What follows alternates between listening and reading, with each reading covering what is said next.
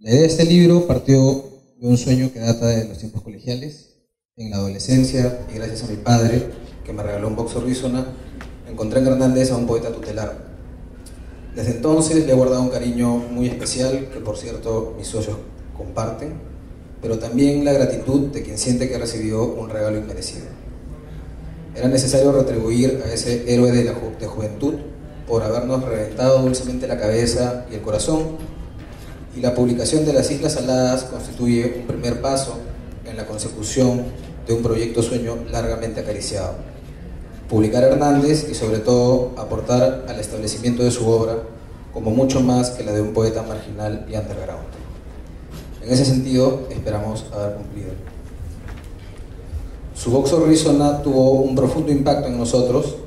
Sin embargo, en un intento por rastrear las raíces de ese libro casi legendario, optamos por sumergirnos en los primeros poemarios del autor: Orilla, Charlie Melting y Las Constelaciones, tres pequeñas plaquettes que son sus únicas obras publicadas en vida. Estos poemarios, si bien se publicaron originalmente por separado, fueron incluidos luego en Box Horrísona, la obra reunida del poeta, donde sin embargo predomina el material inédito. De ahí la pertinencia de publicar Las Islas Saladas, un libro que presenta reunida por primera vez la obra que Luis Hernández publicó mientras vivía.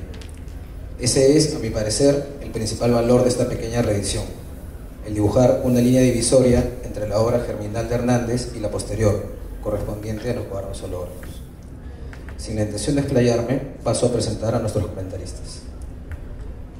Max Hernández Camarero es doctor en Medicina por la Universidad Nacional Mayor de San Marcos y diplomado en Psicología Médica por el Real Colegio Médico de Londres.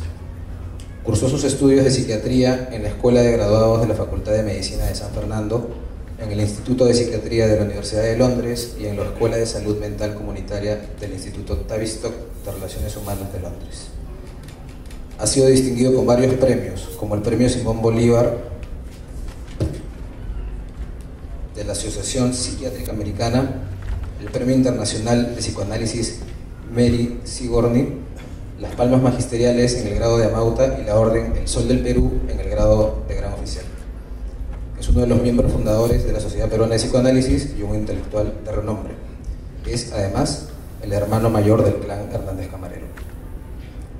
Mirko Lauer es escritor, poeta, ensayista y politólogo.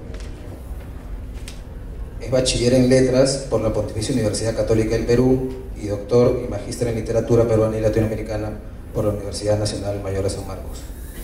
Fue ganador de la beca Guggenheim en 1992 y ha sido distinguido como Caballero de las Artes y las Letras por el Ministerio de Cultura de Francia en 2002. Entre sus libros más conocidos se encuentran los poemarios Ciudad de Lima, Bajo Continuo, Santa Rosita y el péndulo proliferante y Sobrevivir. Ganador del premio de narrativa Juan Rulfo en 2006 con su novela Tertulias, es también miembro del directorio y columnista del diario La República y director de la revista Hueso Húmero. Amigo de Luis Hernández, se encargó de la selección y el prólogo para la versión reducida del Box Horrísona, aparecida en 1981 y posteriormente reeditada por Petroperú en 2014. Miguel Ildefonso es licenciado en Lingüística y Literatura por la Universidad Católica del Perú y magíster en Creative Writing por la Universidad de El Paso, Texas. Ha publicado libros de poesía como Vestigios, Las Ciudades Fantasmas, Libro de Exilio y Escrito en los Afluentes. En el 2005 publicó El Paso, libro con el que ganó el Premio Nacional de Cuento de la Asociación Peruano-Japonesa. Es autor de las novelas Hotel Lima y El Último Viaje de Camilo, y ha obtenido el Premio de Poesía El Paso, Texas University en 2001, el Premio Nacional Copé de Oro de Poesía en 2002, el concurso de cuento Alfredo Brais Echenique en 2003, el Premio Nacional de Poesía de la Universidad Católica en 2009 y el Premio Iberoamericano de Poesía de Tegucigalpa en 2013. Ha publicado artículos periodísticos y especializados sobre Luis Hernández y actualmente se desempeña como docente en la Universidad Científica del Sur. Le doy paso a los presentadores.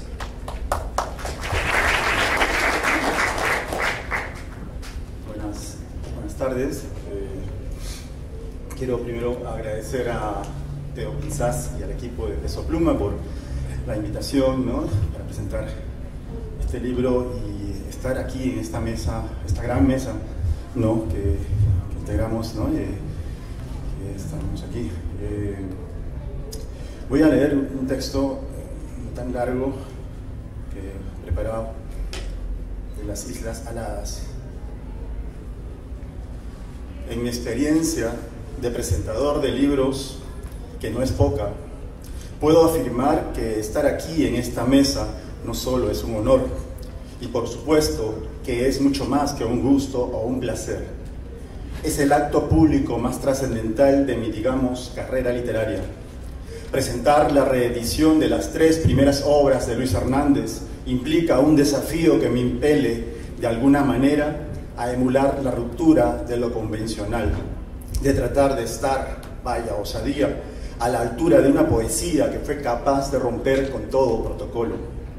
Y decir esto apenas es el breve inicio de un intento de abordar al poeta que cambió la vida de muchos de nosotros. Nos abrió no solo un camino distinto en lo estético, sino que además despertó una forma maravillosa de entender el mundo, de amar el cielo y el mar, de transitar algo más felices por las calles y los parques, y de vivir aquellos actos solitarios como un único y eterno momento irrepetible. Me podría remitir a cuando lo conocí, y digo que lo conocí porque quien se acerca a su obra no solo se vuelve un lector o fan, como dirían los jóvenes ahora.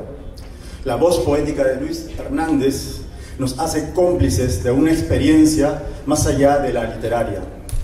Es desde un inicio asumida como la voz de un amigo, un buen amigo que nos habla no solo al corazón o a la inteligencia, sino también de la búsqueda de la embriaguez, del gozo de trascender nuestra pequeña individualidad, lo cual nos conecta a una experiencia pura de solidaridad e identificación con las cosas sencillas y cotidianas.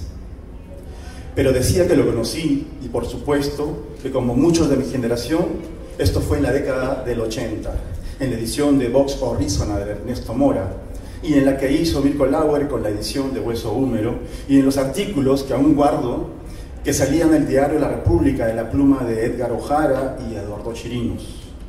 Pasó un tiempo para hallar la mítica publicación que hiciera Nicolás Yerovi, para tocar sus manuscritos y dibujos en cuadernos y papeles sueltos que están en los archivos de la Universidad Católica y en colecciones particulares, y para conversar con los que lo conocieron, como Luis Lahoz o Reinaldo Arenas, y aventurarme a su casa familiar en la calle 6 de agosto de Jesús María, y rendirle mi tributo y homenaje en el pabellón San Antoliano Mártir de El Ángel.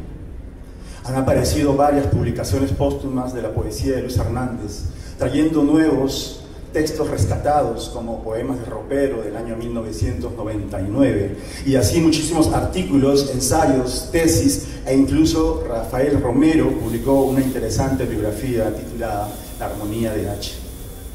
En las Islas Aladas, el libro que nos convoca esta tarde, nos reencontramos con la vida editorial del poeta, que comprendió entre 1961 y 1965.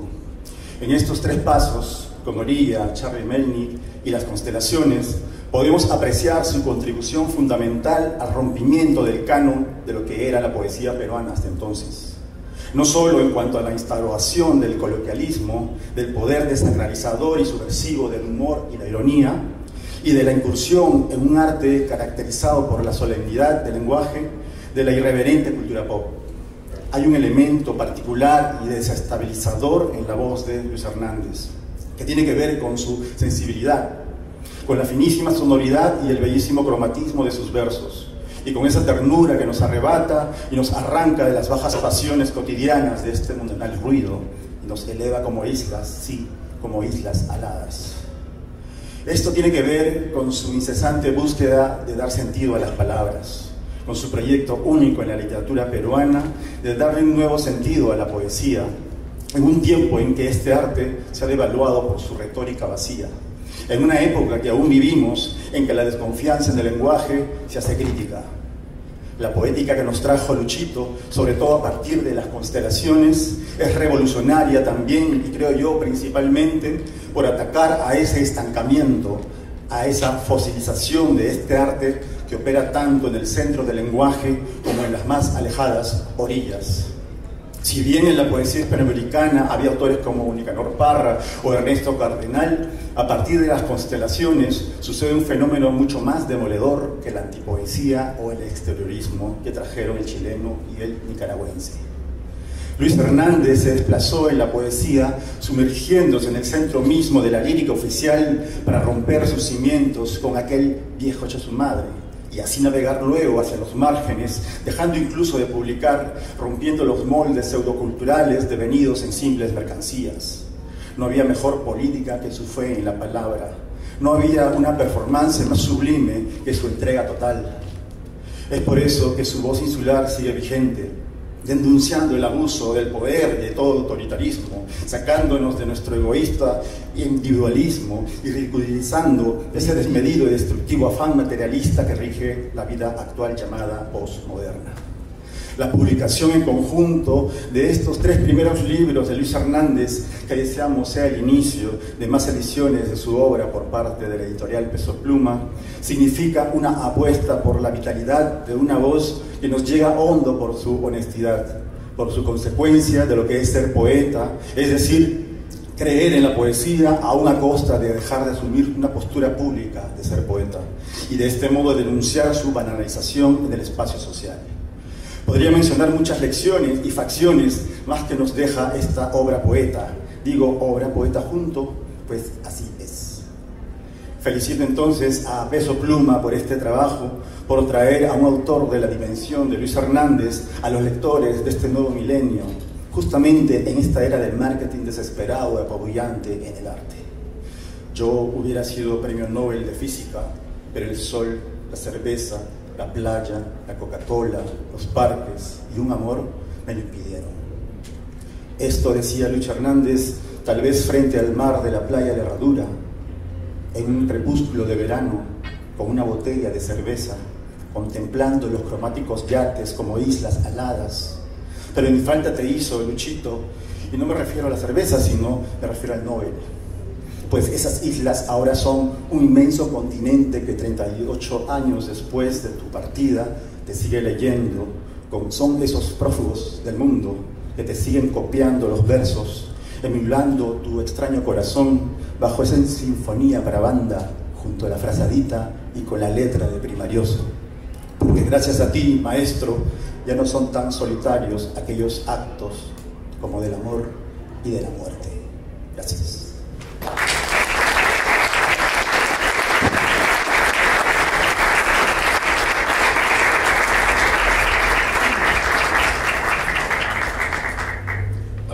Amigos, buenas noches.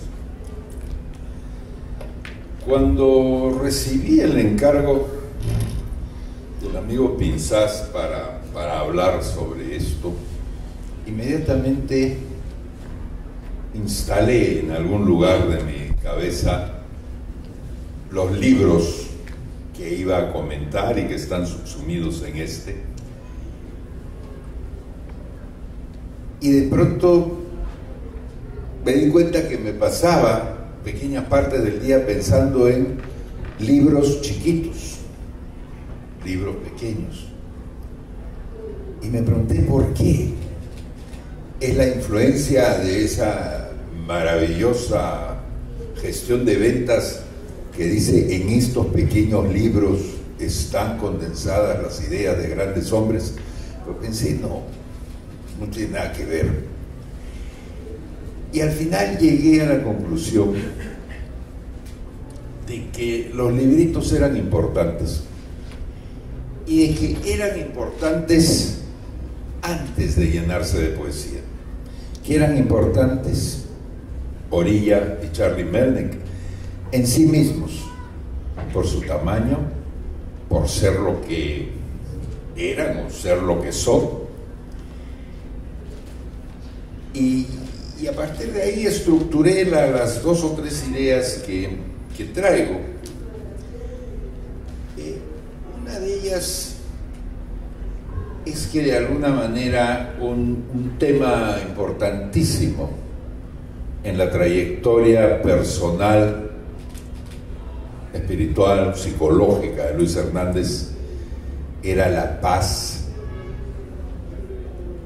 con sus instrumentos, era la paz con la poesía, era la paz con la literatura.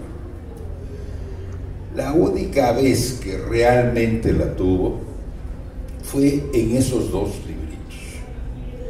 Javier Sologuren había inventado esta maravillosa idea de una pequeña imprenta manual, recordarán muchos de ustedes, para hacer libros chiquitos y baratos que un joven pudiera permitirse. Y para hacerlos más baratos y más bonitos, los hizo chiquitos. No sé si el libro trae alguna muestra del tamaño, pero son cosas muy chicas. Y efectivamente, a partir de ahí, muchos jóvenes empezaron a picar a sus padres, juntar su plata, Dios sabe qué, para confeccionar sus pequeñas plaquetas. Hoy sabemos que la poesía de los 60 transitó prácticamente toda por esa plaquetería. Estamos hablando de 200 títulos o algo así, por donde pasaron, pues, aparte de Hernández, Heró y Cisneros y Doller, en fin, muchísimos poetas. Y estos dos libros de Lucho lo hacían un poeta joven entre los poetas jóvenes.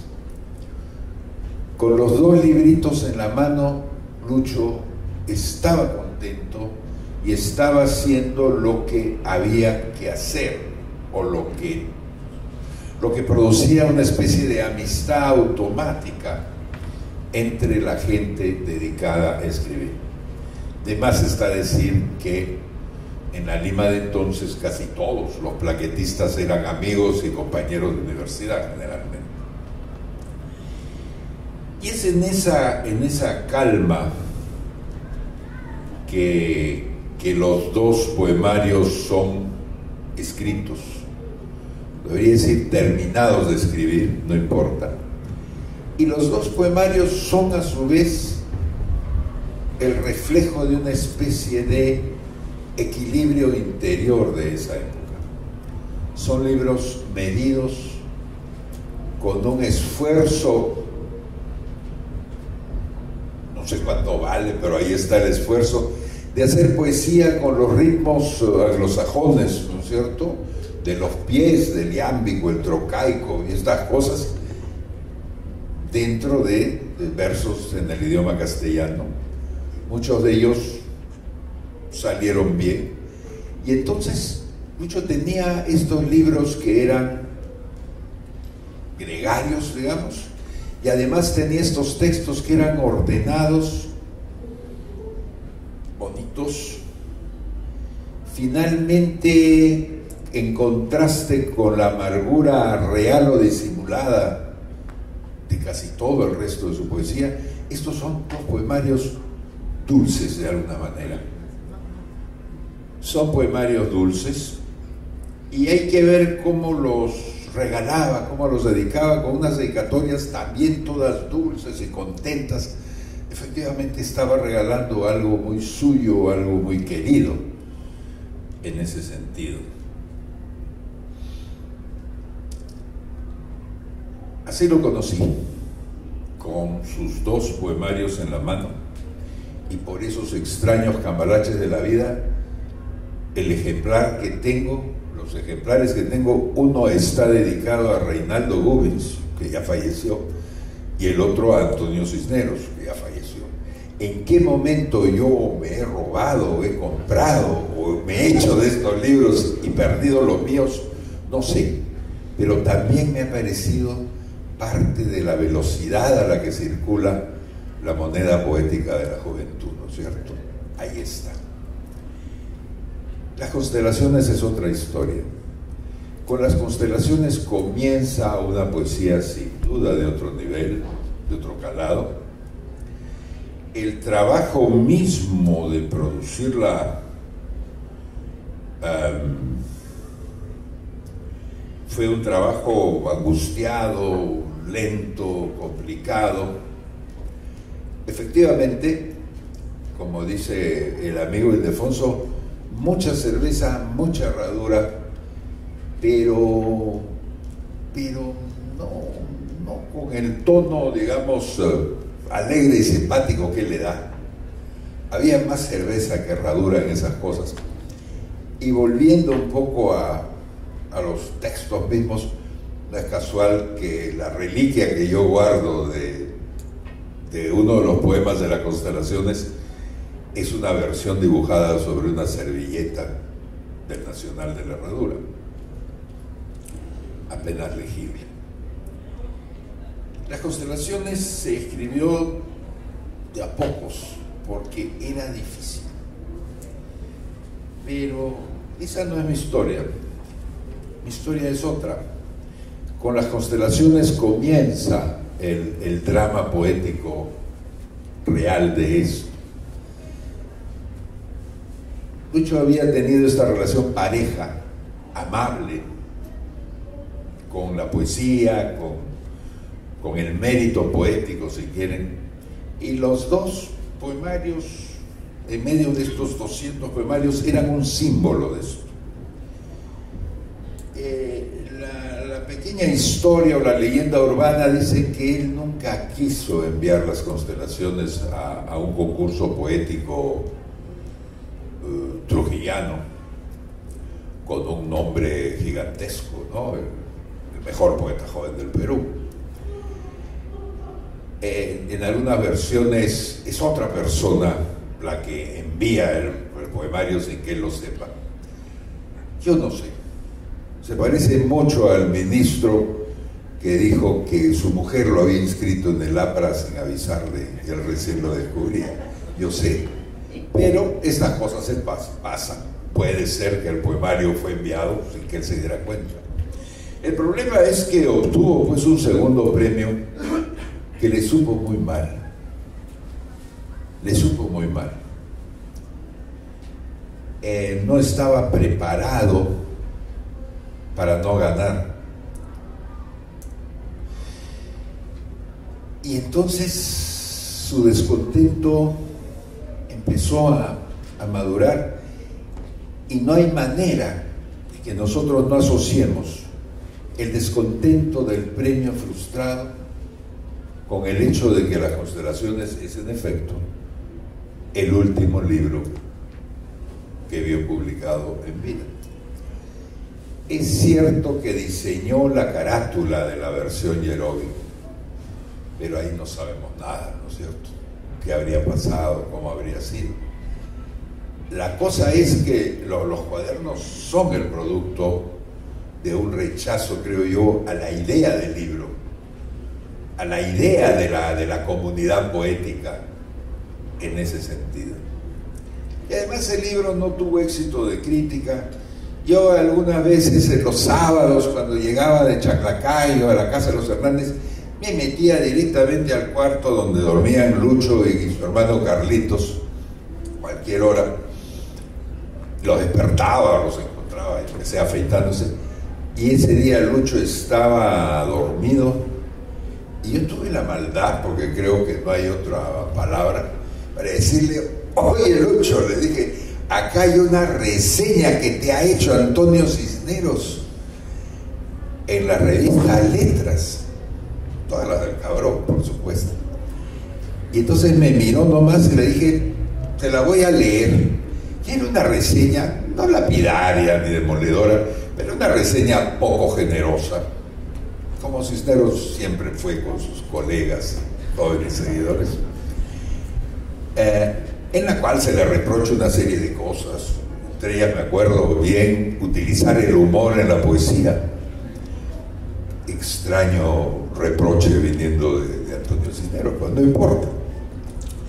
Y se enfureció mucho. Me mandó al diablo y después dijo: sí, pues, Toñito el poeta y Pochita la flautista. Era su esposa. Se tapó con la colcha y no quiso volver a verme, ¿no? Y yo me quedé dando vueltas por la casa. Lo cuento porque sí le daba rabia, sí le daba furia, y por lo tanto Las Constelaciones fue un libro no querido. Y en esa medida, y ahí termino, todo lo que leemos después debería ser visto a la luz de los dos libros, no solo alados, los dos libros amados realmente, y el libro no querido, el libro, no sé si detestado, pero el libro conflictivo y problemático. Porque todo lo demás son intentos de no hacer libros, de hacer dibujos, etcétera, de integrar la música, todas formas de no regresar al asunto. A duras penas logré en esos años arrancarle un paquete de 5 poemas para publicar en un periódico, en vida, eso sí. Y después ahí quedó, lo cual demuestra pues lo que decía Lope de Vega, encuadernado volumen, mentira azul de las gentes. Muchísimas gracias.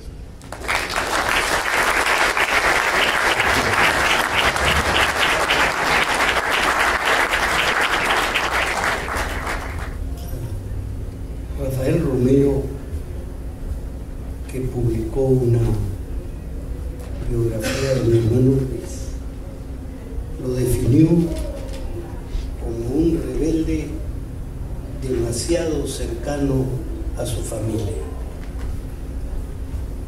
Tan es así que los responsables de esta edición, mi hermano Carlos, lamentablemente ausente en este momento, y Teo Pinzás, es decir, el hermano de Luis, y un sobrino de una tía de Lucho, a la que Lucho quería muchísimo, mi prima Elena Domingo, que está igualmente lejos en otro sentido con mi hermano Luis. Pero cada uno está lejos y está cerca a su manera. Y empiezo entonces agradeciéndole a Teo Pinzás, a su padre Pocho, a los Pinzás, por este regalo que nos hace.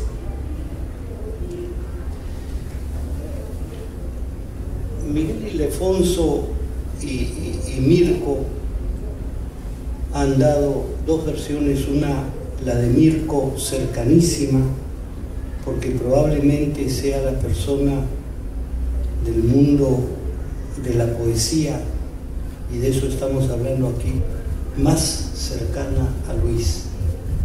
Y Miguel Ildefonso, que tiene esa complicidad, uso su palabra, con mi hermano, que yo no sé muy bien cómo decir lo que voy a decir.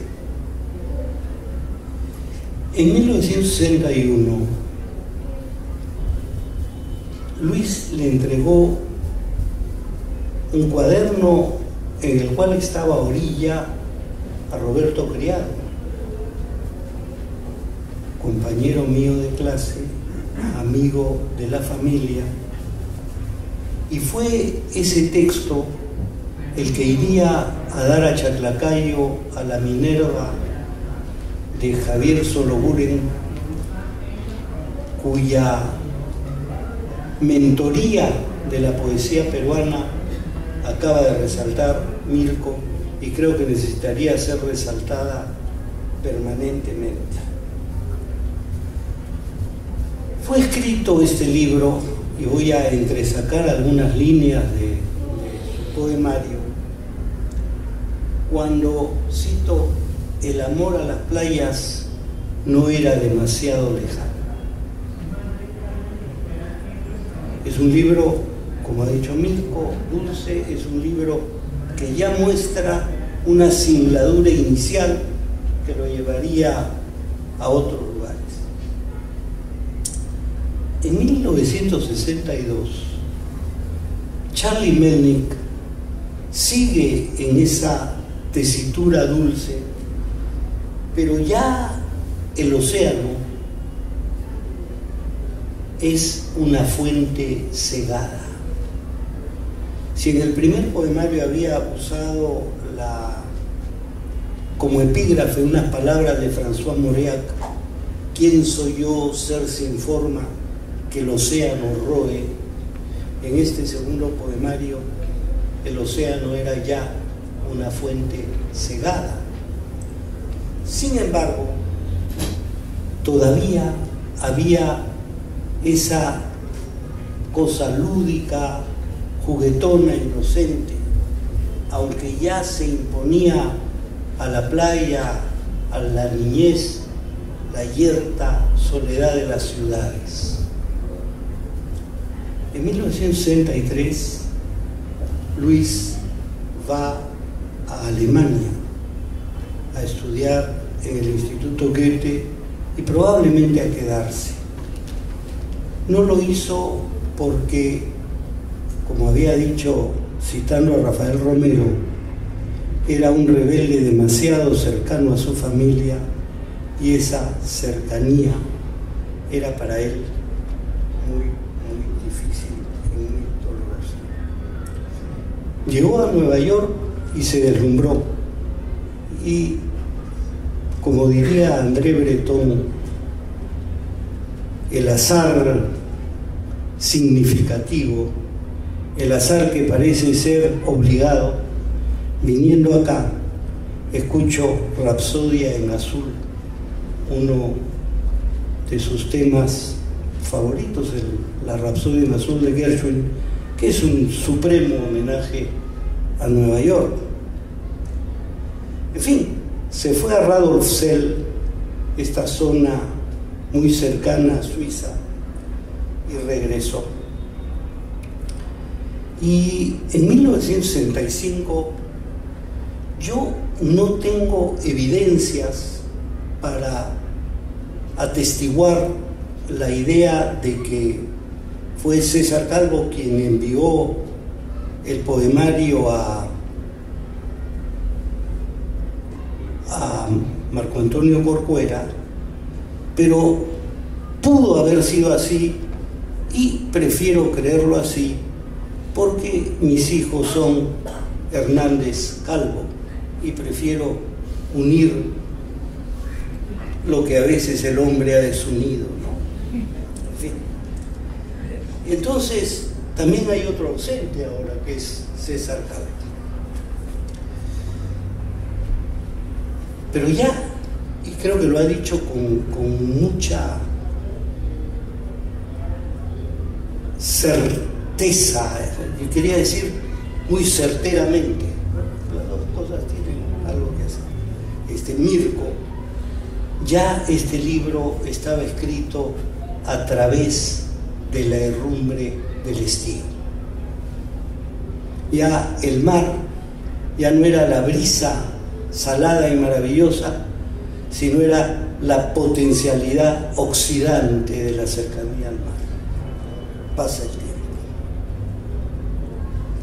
En fin, lo interesante para mí de esta reedición, que se la debemos a Peso Pluma y a Teo Pinzás, a quienes permítanme augurarles un largo y provechoso destino como editores por el amor a la literatura que han demostrado. Yo digo, estos 3 libros se publicaron en el 65. El año del 66 yo me fui por un largo periodo, 8 años del Perú, y pasaron muchas otras cosas. Pero el libro es un libro de esa época. Y quiero quedarme con esa época porque incluso la amargura de las constelaciones no horadó tanto su poesía como después el texto de Bozo Rizona puede mostrarlo. Esa poesía que tiene el dulce amargo de esa amargura, ¿no? En fin, después de ese año, después del 66, me temo que nosotros los de entonces ya no fuimos los mismos. Permítanme esta paráfrasis de Pablo Neruda. ya no fuimos los mismos, aunque sí, tal vez. Ya que Mirko ha hecho algunas confidencias, yo voy a hacer una acerca de él. Cuando muere Luis, ese 3 de octubre, me cuenta Francisco Sagasti, otro gran amigo, que estaba con Mirko en Bogotá. Y Mirko, el duro, el hombre que tiene sus emociones con rienda corta, excepto cuando habla de poesía. Al igual que Gardel, al volver a Buenos Aires, se le derramó no uno, sino varios lagrimones. De repente, todavía en algún sentido, seguimos siendo los mismos. Gracias.